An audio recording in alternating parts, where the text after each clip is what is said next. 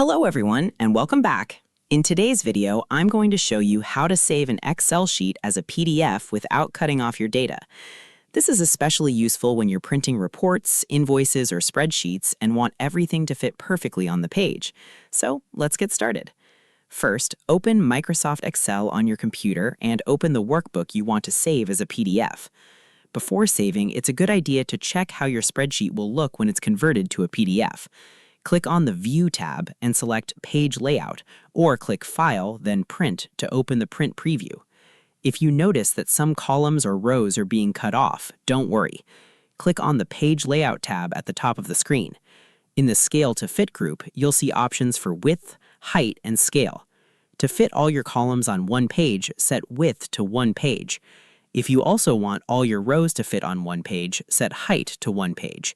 Keep in mind that this may make the text very small if your worksheet contains a lot of data.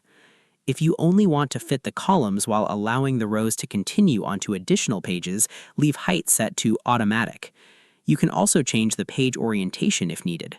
Still on the Page Layout tab, click Orientation and choose Landscape if your worksheet is wider than it is tall. If necessary, click Margins and choose Narrow to create more space on the page. You can also choose a larger paper size such as A3 if your printer supports it. Now click File, then Print and review the print preview. Make sure all of your data appears correctly and nothing is cut off. If everything looks good, click File again and select Save As or Export depending on your version of Excel. Choose the location where you want to save the file. In the Save As Type drop-down menu, select PDF.